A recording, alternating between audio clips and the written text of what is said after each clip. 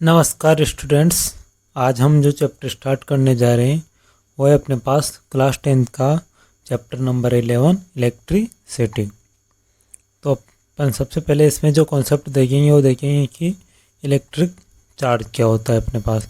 तो electric charge क्या होता है, किसी भी जो पार्टिकल है उसकी क्या है, फंडामेंटल प्रॉपर्टी होती है। इलेक्ट्रॉन और प्रोटॉन की फंडामेंटल प्रॉपर्टी होती है, यानी कि या तो जैसे अपने पास प्रोटॉन है तो पॉजिटिव चार्ज होगा, और जो इलेक्ट्रॉन होता है ना उसमें नेगेटिव चार्ज रहता है। जैसे अपने पास कोई एटम है अपने पास, इसमें क्या होता है, प्रोटॉन और न्यूट्रॉन तो कहाँ रहते हैं, अपने पास न्यूक्लियस में रहते हैं, और इलेक्ट्रॉन क्या करते हैं, चारों ओर चक्कर काटते रहते हैं। तो मान लो किसी एटम में सपोज करो कि 3 इलेक्ट्रॉन है और 3 ही प्रोटॉन है, तो प्रोटॉन पे कौन सा चार्ज प्लस और इलेक्ट्रॉन पे कौन सा चार्ज माइनस चार्ज। तो जब तक ये 3 3 है तब तक तो बैलेंस रहेगा, लेकिन जैसे मान लो इसका एक इलेक्ट्रॉन अपर बाहर निकाल दे तो क्या हो जाएंगे, 3 प्रोटॉन रह जाएंगे और 2 इलेक्ट्रॉन रह जाएंगे। तो इलेक्ट्रॉन एक ज़्यादा हो जाएगा तो इसमें प्लस का 1 आवेश आ जाएगा अपने पास।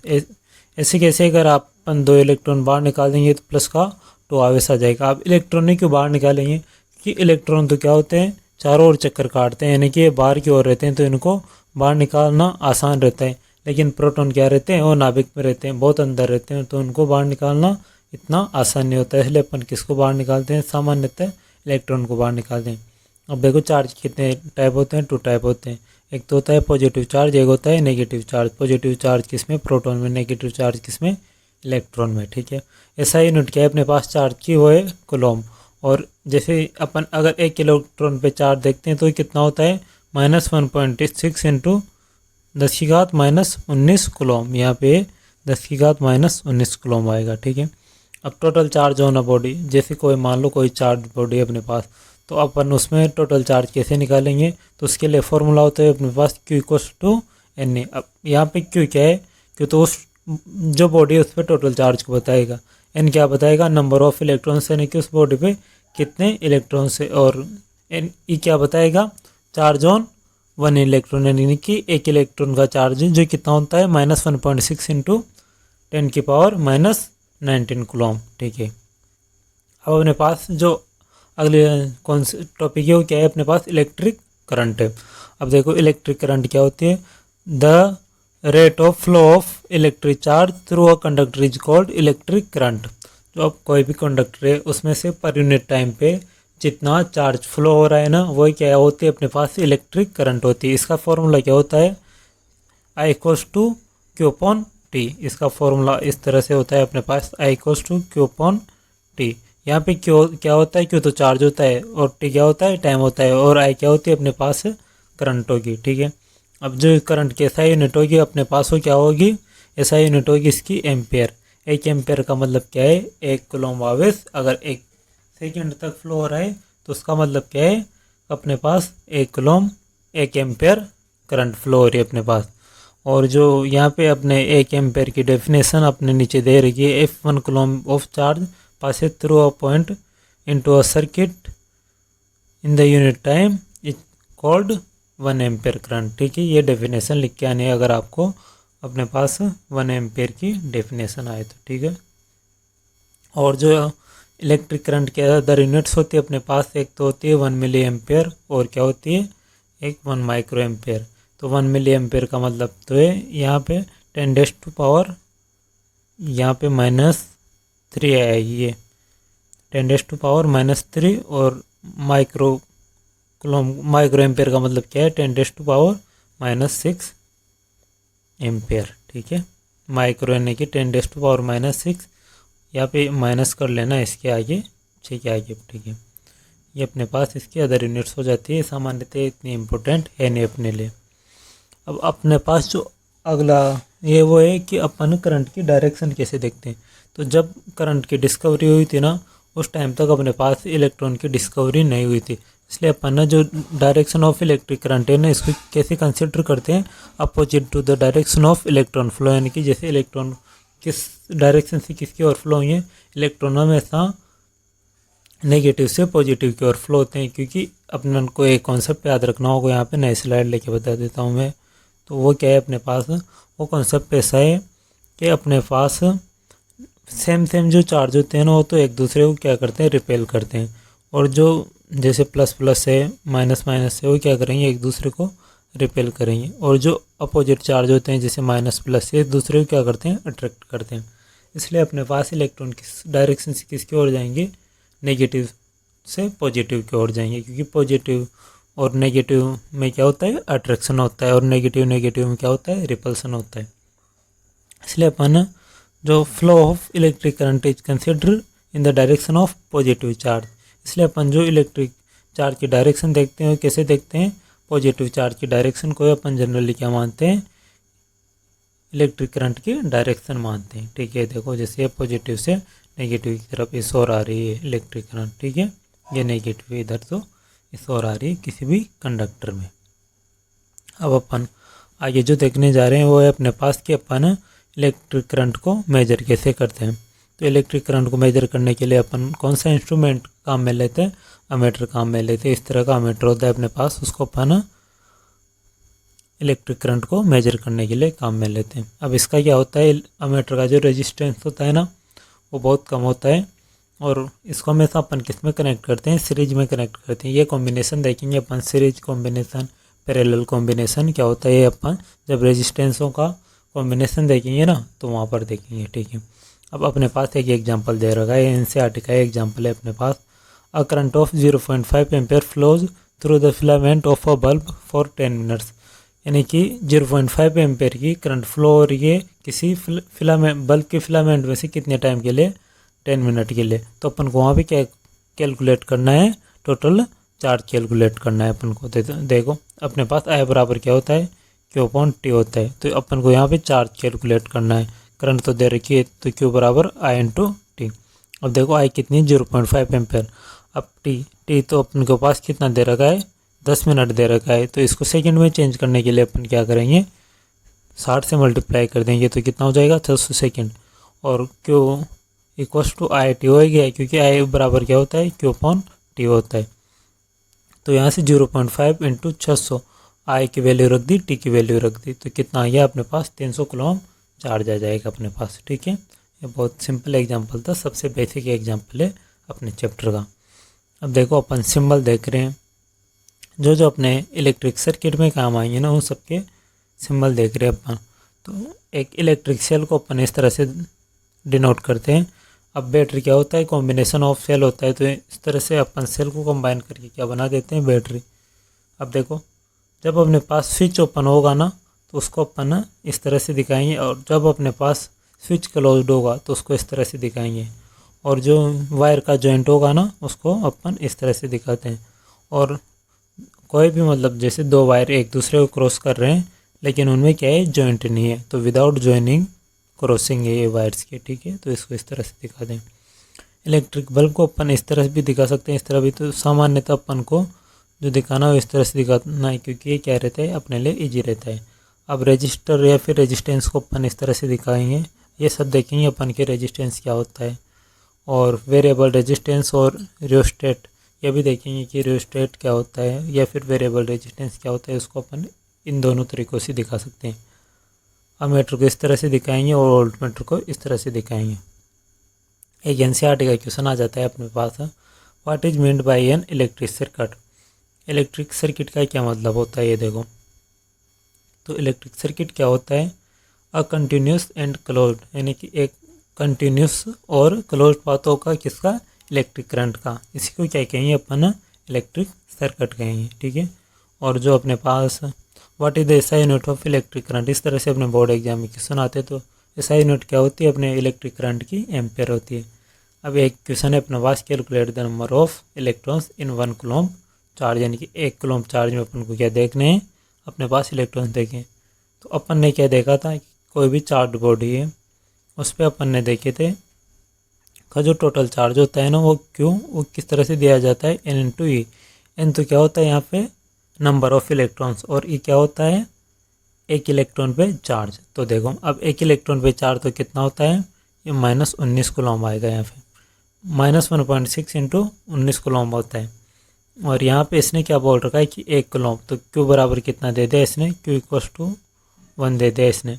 और ए बराबर क्या दे दिया इसने, ए बराबर अपन को पता है 1.6 इंटू 10⁻⁻19 कूलम होता है। ठीक है, अब अपन को क्या निकालना है, नंबर ऑफ इलेक्ट्रॉन्स निकालने हैं। तो Q इक्वल्स टू एन होता है ना, तो यहाँ से n बराबर क्या जाएगा Q/E। तो Q का वैल्यू रख देंगे, Q तो अपन को कितना रखना है 1 कूलम रखना है, और इलेक्ट्रॉन का चार्ज रख दिया अपन ने यहाँ -19 कूलम है। तो इसको कैलकुलेट करने पे कितना जाएगा 6 इंटू 10⁻18 इलेक्ट्रॉन से कितना आ जाएगा अपने पास इलेक्ट्रॉन्स की संख्या आ जाएगी, यानी कि 6 इंटू 10⁻18 इलेक्ट्रॉन्स अपने पास क्या आ जाएंगे, इलेक्ट्रॉन्स का नंबर आ जाएगा 1 कूलम चार्ज में। ठीक है, यानी कि 1 कूलम चार्ज में इतने सारे इलेक्ट्रॉन्स हो सकते हैं। अब देखो अपने पास जो अगला टॉपिक है वो है पोटेंशियल डिफरेंस। अब देखो पोटेंशियल डिफरेंस क्या है, तो है work done to move a unit positive charge from one point to another point is called potential difference. यानी कि कोई इलेक्ट्रिक सर्किट है अपने पास, उसमें अपन को कोई चार्ज है, कोई भी जैसे +Q चार्ज है, तो उसको अपन को एक पॉइंट से दूसरे पॉइंट तक लेके जाने में जितना वर्क डन करना पड़ेगा ना यूनिट चार्ज को, उसी को क्या कहेंगे अपन पोटेंशियल डिफरेंस कहेंगे। जैसे +Q चार्ज था, इसको अपन ए पॉइंट से बी पॉइंट तक लेके गए, तो जितना अपन को वर्क डन करना पड़ा ना इसको ले जाने के लिए, उसी को क्या कहेंगे अपन, उसी को अपन पोटेंशियल डिफरेंस बोलते हैं। ठीक है, अब देखो जो पोटेंशियल डिफरेंस का फॉर्मूला होता है वो क्या होता है, V बराबर W/Q। यहाँ पे W तो क्या है वर्क है, ठीक है, V क्या है पोटेंशियल डिफरेंस और Q क्या है यूनिट चार्ज है। ठीक है, अब देखो यानी कि वो चार्ज है जिसको अपन एक जगह से एक पॉइंट से दूसरे पॉइंट तक लेके गए थे, वो क्या है Q है। ठीक है, पॉजिटिव चार्ज है। अब इसका जो यूनिट हो जाएगी वो क्या होती है, वोल्ट होती है, और वोल्ट को अपन किससे लिखते हैं जनरली, ऐसा यूनिट क्या होगी इसकी वोल्ट होगी, और वोल्ट को किससे डिनोट कर देते हैं अपन जनरली V से डिनोट कर देंगे। और जैसे 1 वोल्ट का मतलब क्या हो जाएगा, 1 वोल्ट बराबर 1 जूल, क्योंकि इसकी जो अपने पास वर्क क्या यूनिट होगी वो क्या होगी जूल होगी, तो 1 वोल्ट बराबर 1 जूल अपॉन 1 कूलम। तो जैसे अपन को ये बोल दे कि 1 वोल्ट की डेफिनेशन दो, तो 1 वोल्ट की डेफिनेशन कैसे लिखेंगे अपन, when 1 joule of work is done to move 1 coulomb of charge, potential difference क्या होगा अपने पास 1 वोल्ट होगा। तो इस तरह से अपन को डेफिनेशन दे देनी है बोर्ड एग्जाम में। ठीक है, अब अपन को जो मेजरिंग वोल्टेज एंड सेल, अब देखो अगर अपन को किसी भी सर्किट में वोल्टेज मेजर करना है तो किसका यूज करेंगे अपन, वोल्टमीटर का। और वोल्टमीटर इस तरह से होता है, वोल्टमीटर का क्या होता है रेजिस्टेंस हाई होता है, और इसको हमेशा किस में कनेक्ट करते हैं, पैरेलल में कनेक्ट करते हैं हमेशा। ठीक है, अब जो सेल होता है ना, वो सेल क्या काम करता है अपने पास, पोटेंशियल डिफरेंस मेंटेन कौन करता है, किसी भी सर्किट में अपन सेल लगा के क्या करेंगे पोटेंशियल डिफरेंस मेंटेन करेंगे। और जो पॉजिटिव टर्मिनल होता है उसका वो क्या होता है हाई पोटेंशियल पे होता है, और जो नेगेटिव टर्मिनल होता है उसकी लो पोटेंशियल पे होता है।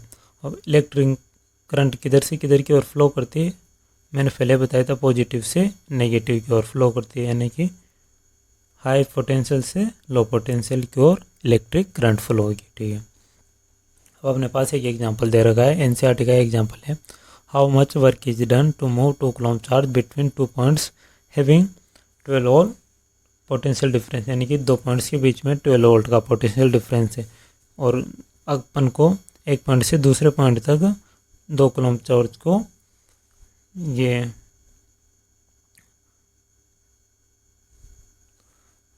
2 कूलम चार्ज को क्या करना है, अपन को एक पॉइंट से दूसरे पॉइंट तक लेके जाना है। तो ये पूछ रहा है कि उसके लिए अपन को कितना वर्क डन करना पड़ेगा। तो V बराबर क्या होता है अपने पास यहाँ से V इक्वल्स टू W/Q। तो अपन को यहाँ पे क्या निकालना है, वर्क निकालना है, तो इस Q को इधर लेके जाएंगे, तो ये क्या हो जाएगा VQ। ठीक है, तो W इक्वल्स टू VQ। अब V कितना दे रखा है 12 वोल्ट, और Q कितना दे रखा है 2 कूलम, तो अपने पास W बराबर क्या हो जाएगा 12 into 2 is equal to 24 joule, ये अपने पास वर्क डन आ जाएगा। ठीक है, अब कॉन्सेप्ट के क्वेश्चन है, जनरल क्वेश्चन होते हैं अपने पास, इनको कभी कभी हाफ या 1 मार्क्स में पूछ लेते हैं बोर्ड एग्जाम्स में। तो वो क्या है, name the device that helps maintain potential difference across conductor ends, यानी कि कोई भी कंडक्टर है उसमें पोटेंशियल डिफरेंस बनाए रखने के लिए कौन जिम्मेदार होता है, या तो अपन सेल से बनाएंगे पोटेंशियल डिफरेंस, या फिर बैटरी से बनाते हैं, ये अपन को इम्पोर्टेंट है अपने लिए।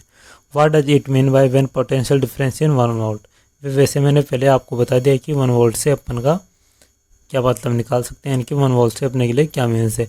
When 1 joule of work is done to move 1 coulomb charge between 2 points the potential difference is 1 volt, यानी कि 1 जूल वर्क किया जाए 1 कूलम्ब चार्ज को 2 पॉइंट्स के बीच में ट्रांसफ़र करने के लिए, तो अपने पास वहाँ पे पोटेंशियल डिफरेंस कितना होगा, 1 वोल्ट होगा। ठीक है, ऐसी डेफिनेशन अपन को दे के आनी है बोर्ड एग्जाम में। अब जो अपना अगला टॉपिक है वो है अपने पास ओम्स लॉ।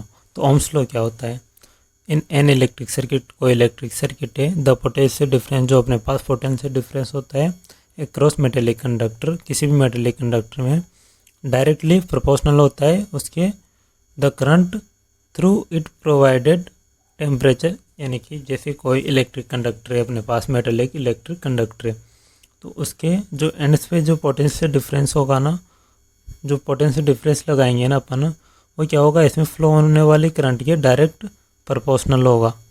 लेकिन शर्त क्या है अपने पास, कंडीशन है दे रखी है, जो टेम्परेचर है वो क्या रहना चाहिए, कांस्टेंट रहना चाहिए। तो अपने पास वे प्रोपोर्शनल क्या होगा, आई होगा। और जैसे अपन प्रोपोर्शनल का साइन हटाएंगे तो ये कांस्टेंट आएगा, और कांस्टेंट यहाँ पे क्या होता है, आर। अब देखो आर क्या होता है, जो कांस्टेंट आया वो क्या है, रेजिस्टेंस ऑफ द कंडक्टर, यानी कि जो अपने पास मेटेलिक कंडक्टर है उसका रेजिस्टेंस होता है। अब रेजिस्टेंस क्या होता है वो अपन अगला टॉपिक देखने जा रहे हैं। और जो वोल्टेज और करंट के बीच में अगर अपन ग्राफ डिराइव करेंगे तो इस तरह से स्ट्रेट लाइन आएगी। ठीक है, ओरिजिन से जाती हुई एक स्ट्रेट लाइन आएगी अपने पास वोल्टेज और करंट के बीच में। ये ओम्स लॉ बच्चों बहुत ज़्यादा इंपॉर्टेंट है, तो इसको आप याद रखना। अब जो अगला टॉपिक है अपने पास वो है रेजिस्टेंस। अब रेजिस्टेंस क्या होती है, a property of conductor that opposes the flow of electric current, यानी कि किसी भी कंडक्टर की एक प्रॉपर्टी होती है जो क्या करता है, उसमें फ्लो होने वाली जो करंट होती है ना, उसका क्या करता है, अपोज करता है, यानी कि उसको विरोध करता है उसका एक तरीके से। अब देखो इसका फॉर्मूला क्या होता है, अपने पास V बराबर क्या देखा था अपन ने, I/R आ गया था ओम्स लॉ से अपने पास। तो अब अपन इस I को इधर लेके जाएंगे तो किस में चल जाएगा, डिवाइड में चल जाएगा, तो R बराबर क्या हो जाएगा, V/I हो जाएगा। तो ये R का फॉर्मूला हो जाएगा R बराबर V/I। देखो ऐसा यूनिट ऑफ रेजिस्टेंस क्या होती है, ओम होती है, ओम। और इसको अपन इस तरह के साइन से भी डिनोट कर सकते हैं। ठीक है, ओम किसकी यूनिट होती है, रेजिस्टेंस की ऐसा यूनिट होती है। अब देखो जो अपने पास अगला है वो क्या है, डेफिनेशन ऑफ 1 ओम। तो 1 ओम की डेफिनेशन क्या कैसे देंगे अपन, जब पोटेंशियल डिफरेंस कितना हो जाए 1 वोल्ट और करंट कितनी हो जाए 1 एम्पियर। तो अब देखो इसको अपन किस तरह से लिखेंगे अगर अपने बोर्ड एग्जाम में आ जाए तो, if 1 ampere of current flows through a conductor with 1 volt potential difference, resistance कितना होगा अपने वहाँ पे, रेजिस्टेंस इज 1 ओम। ठीक है, इसको अपन इस तरह से बोर्ड एग्जाम में लिखेंगे, if 1 ampere of current flows through a conductor with 1 volt, यानी कि 1 एम्पियर की करंट फ्लो किसी कंडक्टर में जब पोटेंशियल डिफरेंस कितना हो 1 वोल्ट, तो वहाँ पे रेजिस्टेंस क्या होगा अपने पास 1 ओम होगा। ठीक है, अब देखो इस तरह से समझ सकते हो। जनरली अपने पास वोल्टेज यानी कि जो पोटेंशियल डिफरेंस होता है वो तो क्या करता है, चार्ज को पुश करता है एक तरीके से, यानी कि उस पर वर्क करके उसको धकेलने का कार्य करता है, जिससे क्या प्रोड्यूस होगी अपने पास, इलेक्ट्रिक करंट प्रोड्यूस होगी। लेकिन जो रेजिस्टेंस होता है, अब ये देखो ये क्या कर रहा है, उसको चार्ज को यानी कि एक तरह से रोक रहा है। तो ये क्या कर रहा है, करंट का अपोज कर रहा है, क्योंकि जब चार्ज ट्रांसफ़र होगा तभी तो अपने पास करंट आएगी, क्योंकि करंट क्या होती है, rate of flow of charge per unit time is called electric current. अब देखो रियोस्टेट देखेंगे अपन की, रियोस्टेट क्या होता है, फिर उसके बाद देखेंगे अपन ओम्स लॉ का एक्सपेरिमेंट देखेंगे। जनरली ओम्स लॉ का एक्सपेरिमेंट आता नहीं, फिर अपन देखेंगे। अब रियोस्टेट क्या होता है, अपने पास device use to vary resistance, यानी कि किसी भी जो एक इलेक्ट्रिक सर्किट है अपने पास उसका अपन को रेजिस्टेंस वेरी करना है। तो रेजिस्टेंस वेरी करने के लिए जो डिवाइस या फिर अपन इंस्ट्रूमेंट यूज़ करेंगे अपन उसको क्या बोलेंगे, अपन रियोस्टेट बोलेंगे। अब जो अपने पास अगला है वो है ओम्स लॉ एक्सपेरिमेंट।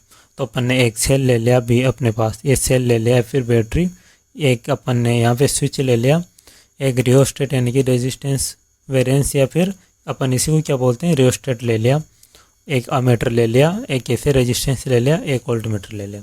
अब अपन क्या करेंगे, धीरे धीरे यहाँ से वोल्टेज चेंज करेंगे। तो वोल्टेज चेंज करेंगे और उसी के साथ जो करंट फ्लो हो रही है ना सर्किट में वो भी धीरे धीरे चेंज होगी।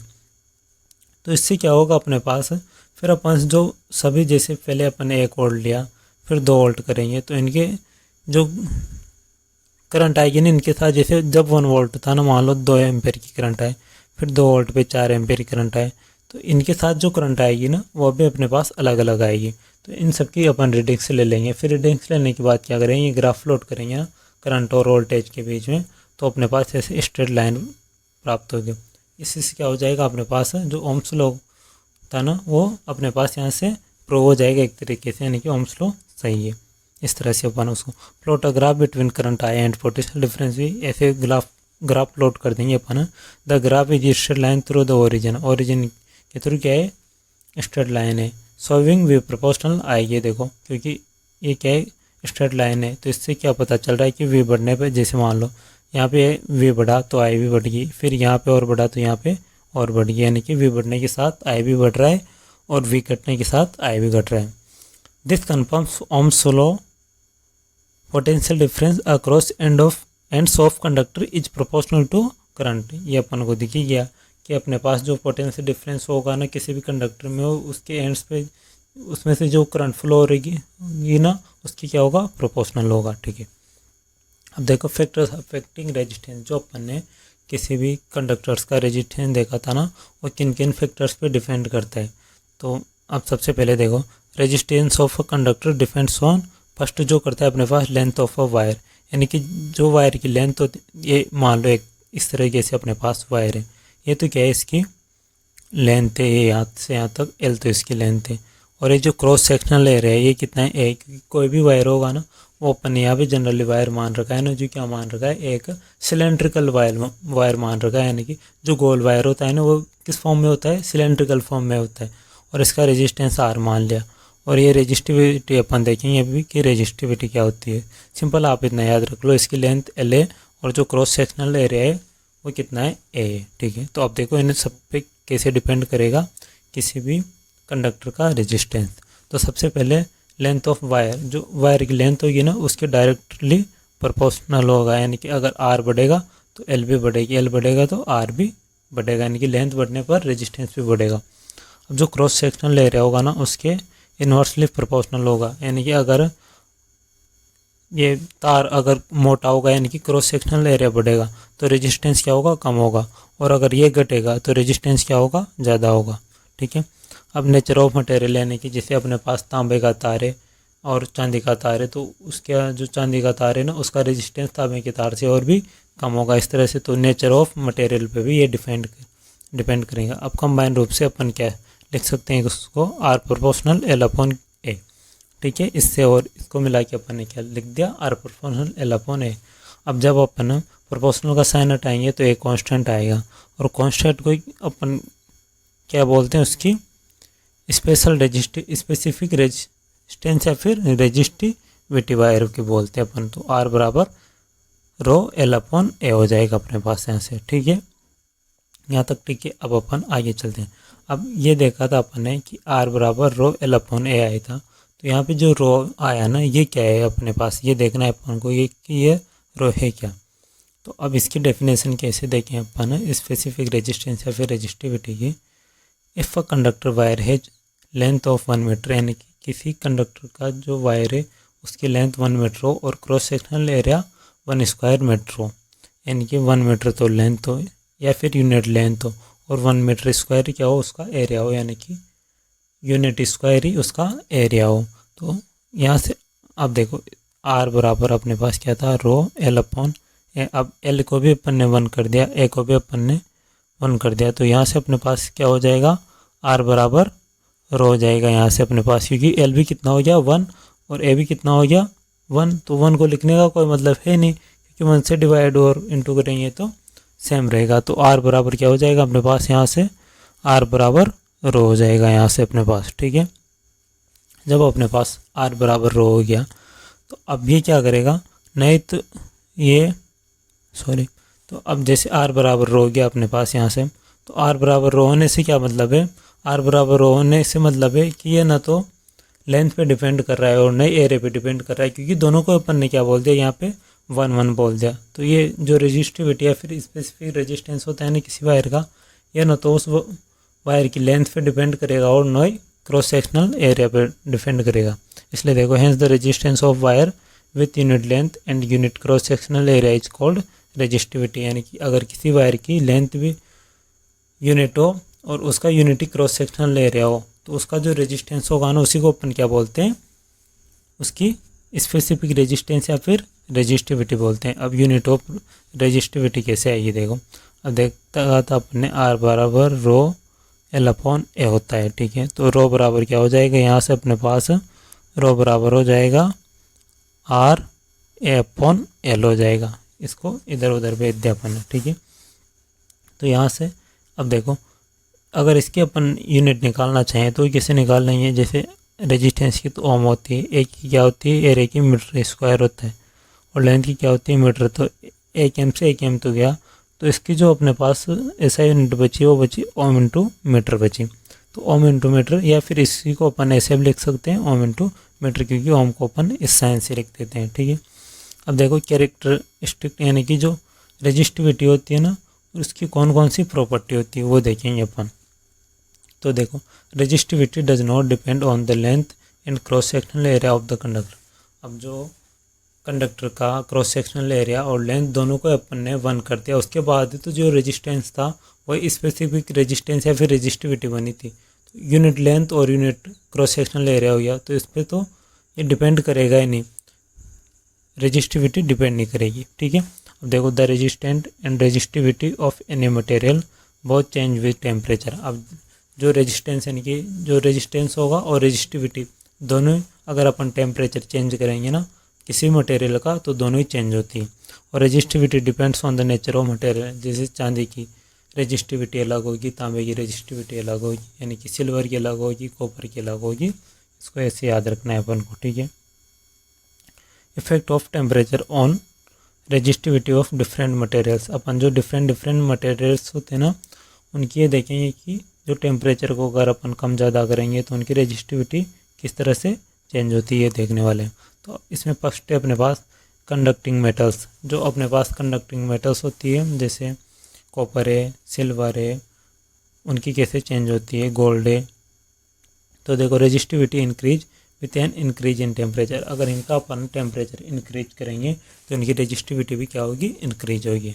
सम एलॉय मेटल्स रेजिस्टिविटी। अब देखो कुछ एलॉय मेटल्स होते हैं जैसे अपने पास मैग्नीज कांस्टेंट है, इनके अगर अपन टेम्परेचर बढ़ाएंगे तो रेजिस्टिविटी चेंज वेरी लिटिल। तो अगर इनका टेम्परेचर बढ़ाएंगे ना अपन तो रेजिस्टिविटी में जो चेंज आ जाएगा ना वो क्या होगा, वेरी लिटिल, यानी कि बहुत कम चेंज आएगा इनमें अगर अपन इनका टेम्परेचर भी बढ़ाएंगे या फिर घटाएंगे तो। और जो सेमीकंडक्टर्स होते हैं, अब सेमीकंडक्टर्स में क्या होता है रेजिस्टिविटी डिक्रीज होती है टेम्परेचर में इंक्रीज होने के साथ। और इसके एग्जांपल कौन कौन से, सेमीकंडक्टर के सिलिकॉन और जर्मेनियम। अब देखो इन सुपर कंडक्टर्स। अब सुपर कंडक्टर्स में क्या होता है ये देखो, सुपर कंडक्टर्स क्या होते हैं, एक तरह से जिनकी जो फ्लो यानी कि इनकी क्या होती है कंडक्टेंस बहुत ज़्यादा होती है, उनको क्या बोलते हैं अपन, सुपर कंडक्टर बोलते हैं। एयर कंडक्टेंस क्या होती है, इसकी बिल्कुल अपोजिट होती है रेजिस्टेंस, यानी कि रेजिस्टेंस जितना ज़्यादा होगा ना कंडक्टेंस उतनी कम होगी, और कंडक्टेंस जितनी ज़्यादा होगी रेजिस्टेंस उतना ही कम होगा। तो कंडक्टेंस क्या होगी, बिल्कुल अपोजिट होगी रेजिस्टेंस की। और जिसकी कंडक्टेंस यानी कि बहुत ज़्यादा होगी और रेजिस्टेंस बहुत कम होगा उसी को क्या बोल देंगे अपन, सुपर कंडक्टर्स बोलते हैं, ठीक है। अब देखो in super conductors when temperature is lower to a certain critical temperature, यानी कि कोई टेम्परेचर का फिक्स वैल्यू होगी तो उससे नीचे जाते क्या होगा, देयर रेजिस्टेंस बिकम्स जीरो, उनका जो रेजिस्टेंस होगा वो लगभग जीरो हो जाता है। जैसे मरकरी है अपने पास, तो मरकरी अगर अपन 4.2 केल्विन टेम्परेचर कर देंगे ना तो उसका जो रेजिस्टेंस होगा ना वो लगभग क्या हो जाएगा, जीरो हो जाएगा, और कंडक्टेंस क्या होगी जिसकी वजह से बहुत ज़्यादा हो जाएगी। और देखो सिल्वर है द लोएस्ट रेजिस्टिविटी, जो सिल्वर होती है ना उसकी रेजिस्टिविटी सबसे बहुत कम होती है लगभग, एंड इट इज़ द क्या होता है बेस्ट कंडक्टर, इसलिए क्या होता है अपने पास बहुत अच्छा एक कंडक्टर होता है इलेक्ट्रिसिटी का। और ये ऑर्डर ऑफ कंडक्टिविटी दे रखा है जैसे सिल्वर, कॉपर, गोल्ड, तो सबसे ज़्यादा किसकी, सिल्वर की, फिर कॉपर की, फिर गोल्ड की, फिर एल्यूमिनियम की। और जो अगला पॉइंट है अपने पास वो क्या है, the resistivity of alloys is greater than that of their constituent metals. और जो एलॉय की रेजिस्टिविटी होती है ना और जिन मेटल से मिलकर बनी होती है ना उनसे क्या होती है, ज़्यादा होती है उसकी resistivity. Alloy maintains nearly constant resistivity even at high temperature and are used in heating appliances. जो अपने पास जैसे हीटिंग एप्लायंसेज होते हैं ना, यानी कि जिनको बहुत ज़्यादा हीट पे भी अपन काम लेते हैं ना, इससे अपने पास जो कुछ भी इंस्ट्रूमेंट रहेंगे, अपने पास इक्विपमेंट्स रहेंगे, उनमें क्या करते हैं अपन एलोय का यूज करते हैं। एलोय का यूज इसलिए करते हैं क्योंकि एलोय का बहुत ज़्यादा अपन टेम्परेचर इंक्रीज कर देंगे ना, तब भी ये क्या होती है, इनकी जो रेजिस्टिविटी होती है ना उसमें बहुत ज़्यादा चेंज नहीं आता है, लगभग क्या रहती है, कांस्टेंट सी बनी रहती है। ठीक है, अब देखो जो एनसीईआरटी का एग्जांपल है, अपन को इनमें क्या करनी है, करंट कैलकुलेट करनी है। तो if the resistance R of the filament of an electric bulb, कोई इलेक्ट्रिक बल्ब भी अपने पास है, उसका रेजिस्टेंस कितना दे रखा है, 1200 ओम दे रखा है। Then the current from a 220 volt source, इसका रेजिस्टेंस है अपने पास 1200 ओम, और ये कितने वोल्ट पे काम कर रहा है, 220 वोल्ट पे काम कर रहा है। तो अपन को इसमें क्या निकालना है, करंट कैलकुलेट करनी है। तो अब देखो वी बराबर क्या होता है, अपने पास आई आर होता है। तो आई बराबर क्या हो जाएगा, वी अपॉन आर हो जाएगा। ठीक है, यहाँ से वी अपॉन आर हो गया, तो आई बराबर वी अपॉन आर।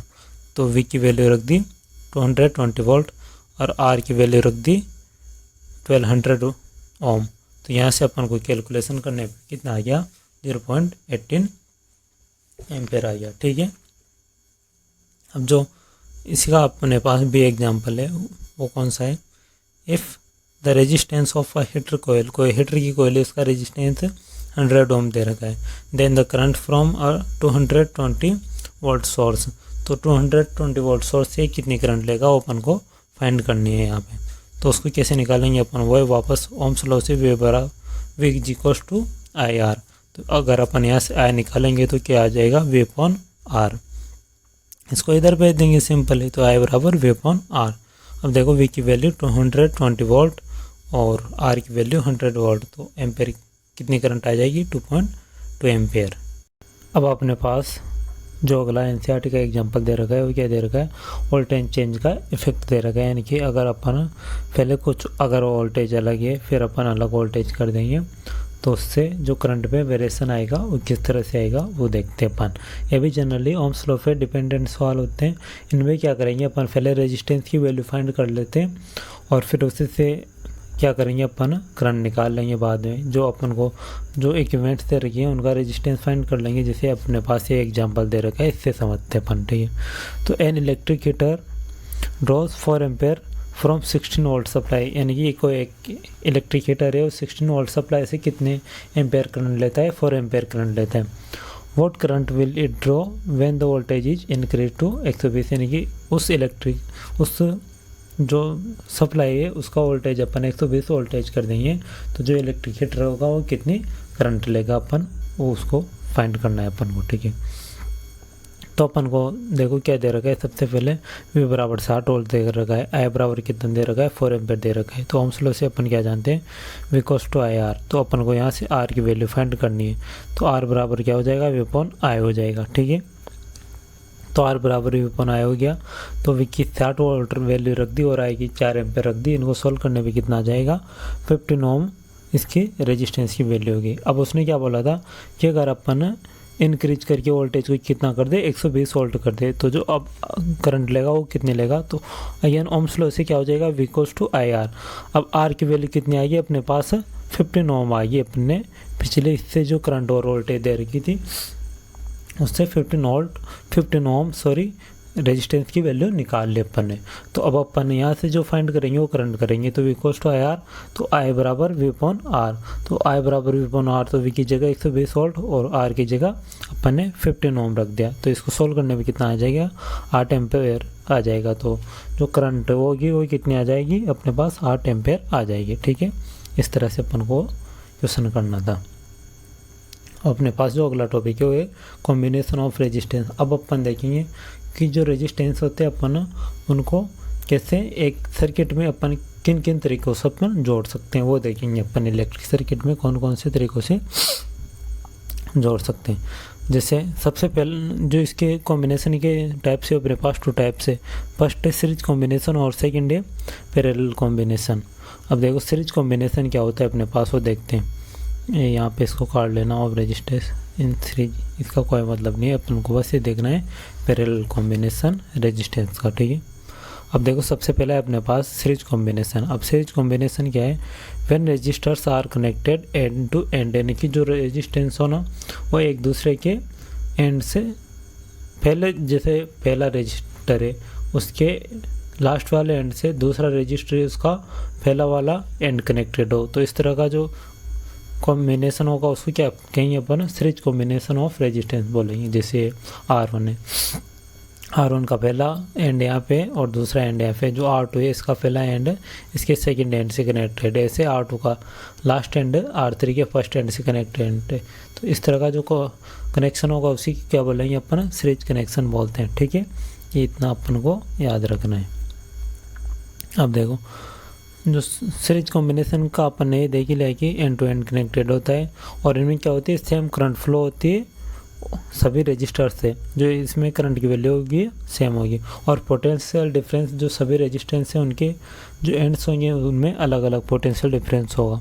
अब इसी से अपन इफेक्टिव रेजिस्टेंस निकालेंगे सीरीज में, जैसे R1 R2 R3 तीन रेजिस्टेंस किसमें सीरीज में कनेक्टेड है। तो अब इनमें सब में करंट तो क्या है, आई है, और इनमें ये जो पोटेंशियल डिफरेंस है अपने पास V1 इसमें, V2 इसमें और V3 इसमें, जनरली ऐसा मान के चल रहे अपन, ठीक है। तो देखो let V1 V2 and V3 with the potential difference across R1 R2 R3 respectively, तीनों के रेस्पेक्टिवली जो पोटेंशियल डिफरेंस है वो क्या है, V1 V2 V3 है, ठीक है। अब देन टोटल वोल्टेज क्या होगा, अपने पास बैटरी का वोल्टेज V है, तो V equal to V1 V2 V3 सभी का ऐड हो जाएगा। तो अब देखो V इक्वल टू क्या होता है, IR होता है, तो V1 बराबर IR1 हो जाएगा, क्योंकि करंट तो सभी में सेम है। V2 बराबर IR2 हो जाएगा, वैसे V3 बराबर IR3 हो जाएगा, इस तरह से हो गया। तो R बराबर, अब देखो ये I तो सब में कॉमन आके यहाँ पे कैंसिल हो गया, इसको 1 मिनट जूम करता हूँ मैं। तो I तो सब में कॉमन आके कैंसिल हो गया, और R equals to R1 R2 R3, इस तरह से क्या आ जाएगा अपने पास, सीरीज में इक्विवेलेंट रेजिस्टेंस आ जाएगा अपने पास। अब जो अगला है अपने पास कॉम्बिनेशन वो कौन सा है, पैरेलल कॉम्बिनेशन ऑफ रेजिस्टर्स। अब ये देखो पैरेलल कॉम्बिनेशन से अपने पास इसका क्या मतलब है वो देखते हैं अपन, ठीक है। तो देखो पैरेलल कॉम्बिनेशन क्या होता है, इसको जूम करके बताता हूँ मैं आपको। व्हेन टू, और थोड़ा और जूम करता हूँ इसको,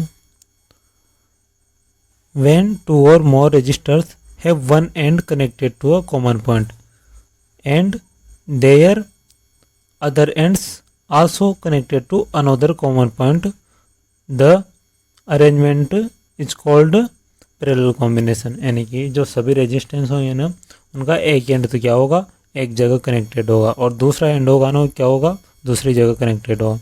जैसे देखो R1 R2 R3 तीन रेजिस्टेंस, इनका एक एंड तो इस कॉमन पॉइंट पे कनेक्टेड है और एक एंड इस कॉमन पॉइंट पे कनेक्टेड है। अब इसमें क्या होगा, जो करंट होगी ना R1 में अलग होगी, R2 में अलग होगी, R3, यानी कि सभी रेजिस्टेंस में करंट क्या होगी, अलग अलग होगी, जो लेकिन पोटेंशियल डिफरेंस होगा ना सभी में सेम होगा, V होगा अपने पास, ये याद रखना है अपन को। सीरीज में क्या था, सीरीज में सभी में करंट सेम थी और पोटेंशियल डिफरेंस सभी रजिस्टर में अलग अलग था, लेकिन यहाँ पे क्या है अपने पास, यहाँ पे सभी में जो करंट है वो तो अलग अलग है पैरेलल कॉम्बिनेशन में, और जो पोटेंशियल डिफरेंस है वो सभी में क्या है, सेम है अपने पास।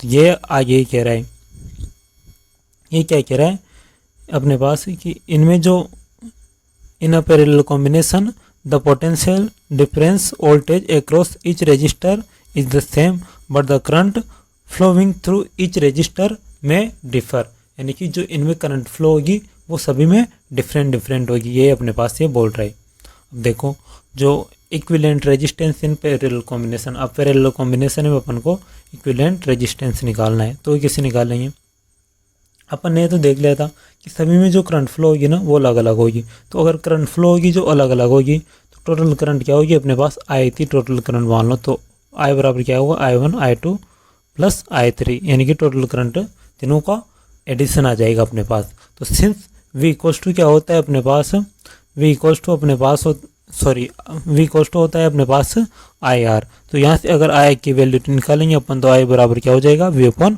R आ जाएगा, तो V अपॉन R आ जाएगा। वैसे I1 बराबर क्या आ जाएगा अपने पास, V अपॉन R1 हो जाएगा, क्योंकि पोटेंशियल डिफरेंस तो सभी में सेम है, V है, और ऐसे I2 बराबर V/R2 और ऐसे I3 बराबर V/R3 आ जाएगा अपने पास।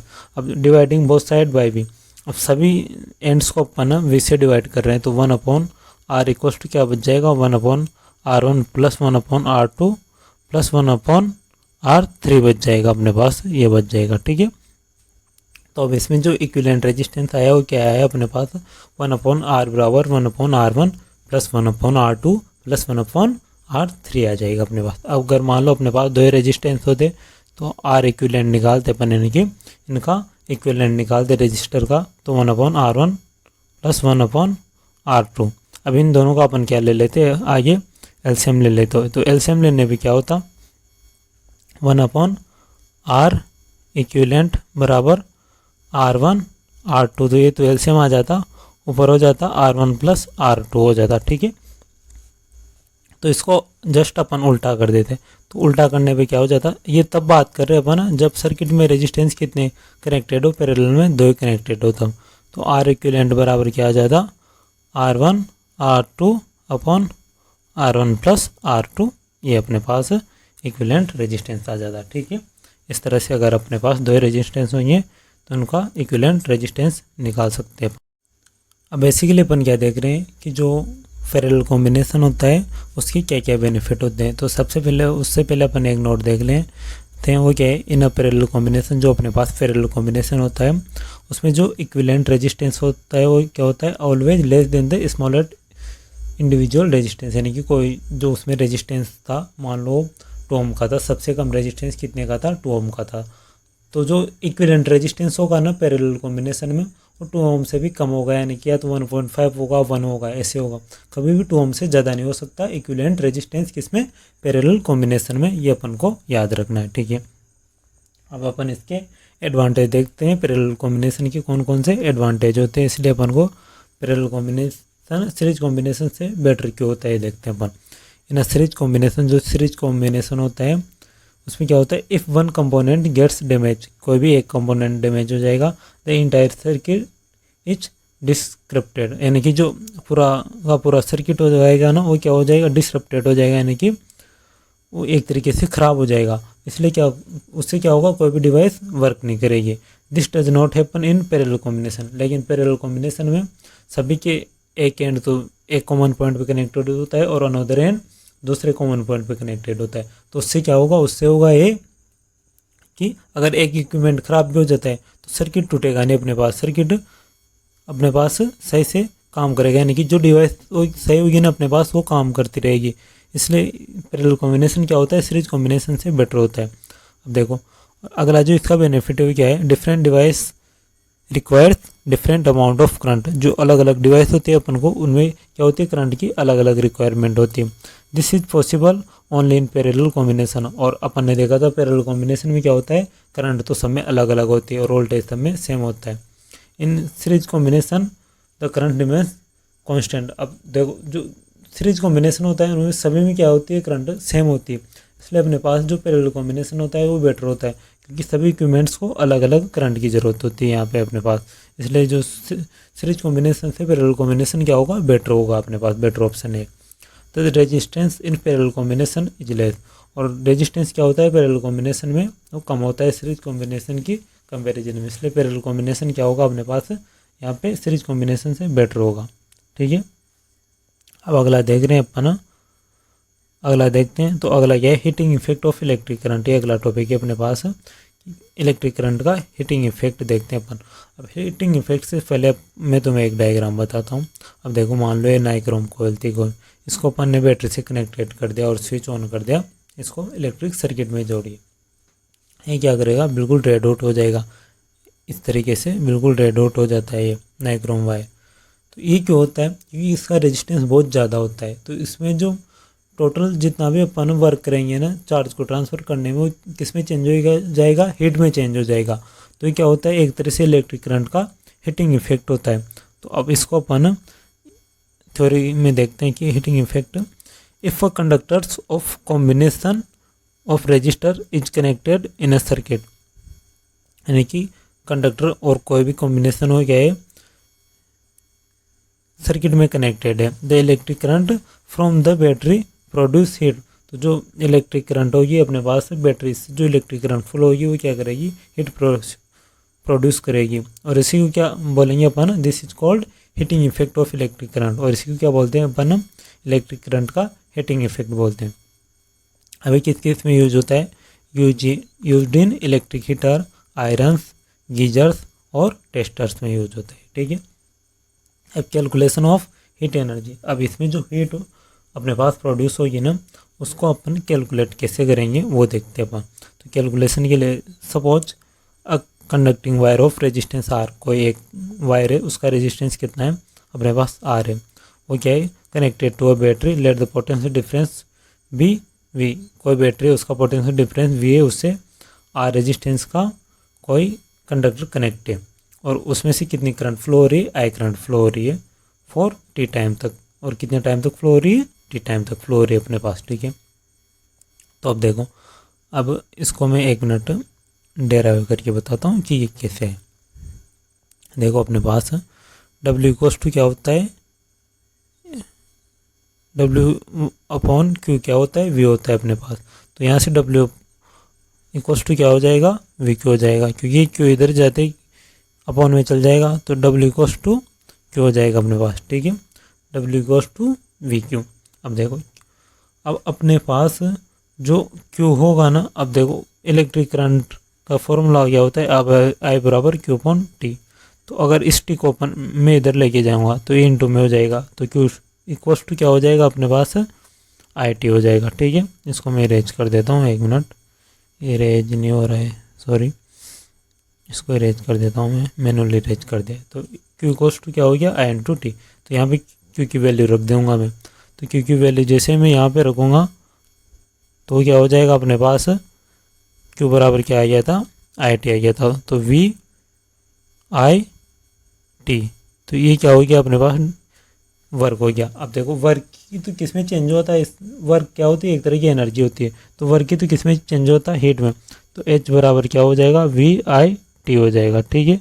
V इंटू आई इंटू टी, यानी कि ये क्या हो जाएगी अपने पास, हीट में चेंज हो जाएगा वर्क। तो वर्क बराबर क्या हो जाएगा, V इंटू आई इंटू टी। अब देखो V इक्वल्स टू भी क्या होता है, IR होता है, तो यहाँ पे V की जगह अपन ने IR रख दिया, तो I into I square R T हो गया। तो H बराबर क्या हो जाएगा अपने पास, आई स्क्वायर आर टी। ठीक है। यह फॉर्मूला आ गया अपने पास यहाँ से। इसका यूज किस में होता है, इलेक्ट्रिक फ्यूज में होता है, आयरन में होता है, इलेक्ट्रिक बल्ब में होता है और रूम हीटर में इसी का यूज होता है, heating effect of electric current का। अब देखो जो इसी के ऊपर जूल्स लॉ है, फिलामेंट जूल्स लॉ है अपने पास heating effect of electric current के ऊपर, जो जूल का नेम है उसको देखते हैं अपन की जूल्स लॉ क्या है अपने पास यहाँ पे।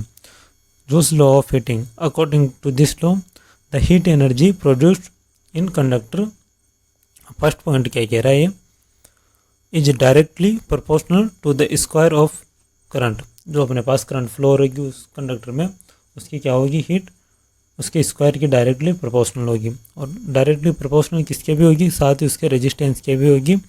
और ये डायरेक्टली प्रोपोर्शनल टू टाइम, जो उसमें जितने टाइम तक फ्लो होगी उसके भी क्या होगी, डायरेक्टली प्रोपोर्शनल होगी। तो यहाँ से क्या आ जाएगा अपने पास, H प्रोपोर्शनल आई स्क्वायर आर टी आ जाएगा। ठीक है अपने पास। और अपन ने पहले भी डेराइव करके देखा था, तो वो भी क्या आया था, H बराबर आई स्क्वायर आर टी। तो एक तरह से वो क्या था, जूल का लॉ था वो एक तरीके से, उसी को अपन इस तरह से भी बोल सकते हैं। ठीक है। अब देखो, why the filament of an electric current is made of tungsten. अब अपने पास कोई इलेक्ट्रिक बल्ब होता है, उसका जो फिलामेंट होता है वो टंगस्टन से क्यों बनाया जाता है, ये पूछ रहे हैं अपन। तो it does not get oxidise at high temperature. सबसे पहला उसका जो रीजन है, उसका टेम्परेचर बहुत ज़्यादा होने पर भी वो क्या नहीं होता, ऑक्सीडाइज नहीं होता। और it has a high melting point 3380 degree centigrade. और उसका मेल्टिंग पॉइंट क्या होता है, बहुत ज़्यादा होता है। कितना होता है, 3380 डिग्री सेंटीग्रेड उसका क्या होता है, मेल्टिंग पॉइंट होता है। और बल्ब किससे फिल क्या होता है, नाइट्रोजन और ऑर्गन गैस, यानी कि जो ऐसी गैस से फिल क्या होता है जो रिएक्ट नहीं करती। तो रिएक्ट नहीं करेगी तो उससे क्या होगा, बल्ब फ्यूज नहीं होगा हमारा। अब इलेक्ट्रिक पावर एंड यूनिट, अब इलेक्ट्रिक पावर क्या होती है अपने पास वो देखते हैं। Electric power is defined as the rate of consumption of electrical energy by an electrical device. कोई अपने पास इलेक्ट्रिकल डिवाइस है, वो कितनी इलेक्ट्रिकल एनर्जी कंज्यूम कर रही है, यानी कि उसकी इलेक्ट्रिकल एनर्जी कंज्यूम करने की जो रेट होगी ना, इसको ऐसे मान लो अपन पर यूनिट टाइम में कितनी इलेक्ट्रिकल एनर्जी कंज्यूम कर रही है, उसी को क्या बोलते हैं अपन, इलेक्ट्रिक पावर बोलते हैं। अब देखो P इज इक्वल्स टू क्या होगा, वर्क डन अपॉन टाइम, यानी कि वर्क डन ही क्या होता है, एनर्जी होती है अपने पास। तो वर्क डन क्या आया था अपने पास, वहाँ से W इक्वल्स टू VIT आया था अपने पिछले वाले डेरिवेशन से। तो वर्क की जगह VIT और टाइम की जगह T रख दिया, तो P इक्वल्स टू क्या आ गया अपने पास, VI, कि T से तो T कट गया अपने पास, W अपॉन T होता है, तो T से T कटते अपने पास P इक्वल्स टू क्या हो गया, VI आ गया। ऑल्सो P बराबर I²R, ये कैसे आया देखो, P बराबर VI तो आ गया था अपने पास, अब V बराबर क्या होता है, IR, इसकी वैल्यू यहाँ रखेंगे तो I इंटू I² और R, और P बराबर V² अपॉन R भी होता है। अब ये क्यों होता है देखो, P बराबर VI हो गया, अब V बराबर क्या होता है अपने पास से IR होता है। अब इसको अगर अपन R को इधर भेजें तो I बराबर क्या हो जाएगा, V अपॉन R। अब ये I की वैल्यू अपन यहाँ पे रखेंगे तो V² अपॉन R हो जाएगा, तो P बराबर V² अपॉन R भी होता है। ठीक है, ये दोनों फॉर्मूले भी किसके होते हैं, पावर के होते हैं, और P is equal to VI भी होता है। ठीक है, अब देखो SI यूनिट क्या होती है इलेक्ट्रिकल पावर की, वो क्या होती है अपने पास, वोट होती है। और वोट का मतलब क्या है, 1 वोट बराबर 1 वोट इंटू 1 एम्पेयर। अब इसकी अगर अपन को डेफिनेशन पूछ ले तो एक एग्जाम में, बोर्ड एग्जाम में कैसे लिखनी है अपन को, a device is said to have a power of 1 watt, it consume 1 ampere of current when operated at a potential difference 1 volt. यानी कि कोई भी डिवाइस है, अगर उसको अपन 1 वोल्ट पे ऑपरेट करे और वो क्या करे, अपने पास 1 एम्पेयर की करंट ले, तो उसकी जो इलेक्ट्रिकल पावर होगी वो कितनी होगी, 1 वोट होगी अपने पास। इस तरह से अपन को बोर्ड एग्जाम में लिख के आना है। ठीक है, अब commercial unit of electrical energy, तो इलेक्ट्रिकल एनर्जी की कॉमर्शियल यूनिट क्या होती है, सबसे पहले ये देखते हैं अपन कि इलेक्ट्रिकल एनर्जी होती क्या है, क्योंकि तभी तो अपन देखेंगे कि इलेक्ट्रिकल एनर्जी की अपने पास कॉमर्शियल यूनिट क्या होगी। तो इलेक्ट्रिकल एनर्जी क्या होती है, देखो P बराबर क्या होता है, VI। तो अपने पास जो ये VI था वो कैसे आया था अपने पास, ये ऐसे आया था, पावर क्या होती है, वर्क अपॉन टाइम। ये कैसे आया था अपने पास कि पर यूनिट टाइम में जितनी एनर्जी कंज्यूम करेगी वही क्या होती है अपने पास, इलेक्ट्रिकल पावर होती है। और एनर्जी को अपन क्या बोलते हैं, वर्क बोलते हैं। ठीक है, क्योंकि एनर्जी से तो वर्क होता है, अपने पास एनर्जी होगी तभी तो वर्क होगा। तो पर यूनिट टाइम में जितनी एनर्जी कंज्यूम होगी उसी को क्या बोलते हैं अपन, पावर बोलते हैं। अगर इस टी को मैं इधर भेज दूँ तो W बराबर P इंटू टी हो जाएगा, यानी कि पावर इंटू टाइम ही क्या हो जाएगा अपने पास, एक तरीके से एनर्जी हो जाएगी या फिर वर्क हो जाएगा। इसी को अपन इसे भी डिनोट कर सकते हैं, E बराबर P इंटू टी हो जाएगा। अब देखो P बराबर तो क्या था अपने पास, VI था, VI आया था पिछले वाले डेरिवेशन से। ये देखो P बराबर क्या आया था अपने पास, VI आया था। एक मिनट इसको मैं वापस लेके बता, P बराबर क्या आया था अपने पास, यहाँ पे VI आया था। अब देखो P बराबर VI आया था अपने पास, और इलेक्ट्रिकल एनर्जी बराबर क्या आ गया अपने पास, P इंटू टी आ गया, यानी कि पावर इंटू टाइम आ गया, is equals to P into T. अब जो इसकी SI यूनिट होती है अपने पास वो क्या होती है, एनर्जी की जूल होती है। और जूल का मतलब क्या है, पावर की क्या होगी, वाट, और टी की क्या होगी, सेकेंड। तो वाट इंटू सेकेंड किसकी यूनिट होती है अपने पास, जूल का मतलब होता है, सॉरी वाट इंटू सेकेंड होता है। जूल का मतलब क्या होता है, वाट इंटू सेकेंड होता है। जो किसकी SI यूनिट होती है, इलेक्ट्रिकल एनर्जी की SI यूनिट होती है अपने पास, जूल। अब देखो इसकी जो कॉमर्शियल यूनिट होती है वो क्या होती है, 1 किलोवाट हावर होती है। किसकी होती है, इलेक्ट्रिकल एनर्जी की कॉमर्शियल यूनिट 1 किलोवाट हावर। अब कॉमर्शियल यूनिट से क्या मतलब, जैसे अपने घर पे जो लाइट आती है ना, तो उस पर जो इसकी एनर्जी का अपन जो देखते हैं, वो देखते हैं कि कितनी यूनिट निकली, यूनिट के हिसाब से बिल आता है अपने घर पे। तो वो जो यूनिट होती है ना, वही किलोवाट हावर होती है। अब किलोवाट हावर किस तरह से डिफाइन होता है, जूल की फॉर्म में देखते हैं कि 1 किलोवाट आवर में कितने जूल होते हैं। तो 1 किलोवाट आवर को अपन जूल में कन्वर्ट करेंगे कि 1 किलोवाट आवर में कितने जूल होते हैं। तो सबसे पहले अपन क्या करेंगे, इसको 1 किलोवाट का मतलब है 1000 वाट और इंटू 1 आवर का मतलब है 3600 सेकेंड, क्योंकि जो जूल होता है वो क्या होता है अपने पास एक तरीके से वाट इंटू सेकेंड होता है। तो 1000 वाट इंटू 3600 सेकेंड। अब 1000 से 3600 को मल्टीप्लाई किया तो 36 लेख वाट सेकेंड हो गया, और वाट सेकेंड क्या होता है अपने पास जूल होता है।